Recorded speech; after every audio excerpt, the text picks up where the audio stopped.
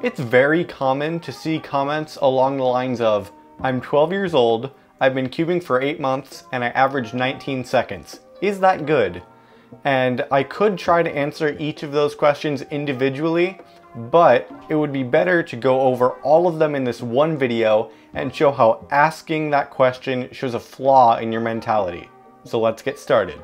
So the least harmful interpretation of this question is that it's people's way of asking, based on how long I've been cubing and what I average, am I making a good use of my time?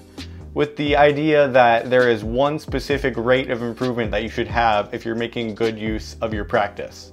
And there is some truth to this premise. Someone who practices for several hours a day, fully optimizing their practice like I've shown how to in some of my videos, is going to improve a lot faster than someone who only does like an hour of solves each day.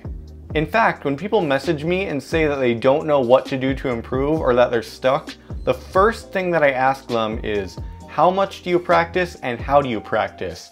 And that's almost always where the problem lies. But no matter how optimized your practice is, there is no objective rate at which you should improve, because each person learns things and improves at different rates. This is true in cubing and in life. There is no objective good in terms of rates of improvement, and everyone will do things at their own speed. All you can really do in cubing is practice as well and as much as you can and hope for the best.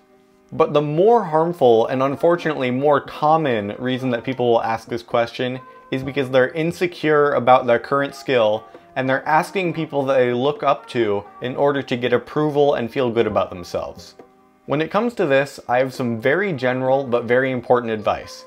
It's really unhealthy to base your opinion of yourself on what others think. Everyone has their own definition of good, and sometimes you won't meet that definition. But you need to be able to be proud of where you are at this moment, or have a specific goal for where you want to be that you'll be happy with. If you can't be proud of what you've accomplished, then you can't actually be happy. And I say that as someone who has suffered from the same problem before. Even though I don't think I've ever done that exact comment in those exact words, I've caught myself even recently doing things or saying things specifically because I want attention and approval from people I look up to.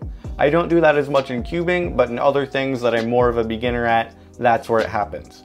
And if you keep an eye out for it, I'm sure that you'd spot yourself doing this a lot as well. But once you realize that you need to be proud of yourself and all the satisfaction needs to come from you, then that makes it much easier to stop. So I hope that cleared everything up for anyone who has or is currently asking those questions.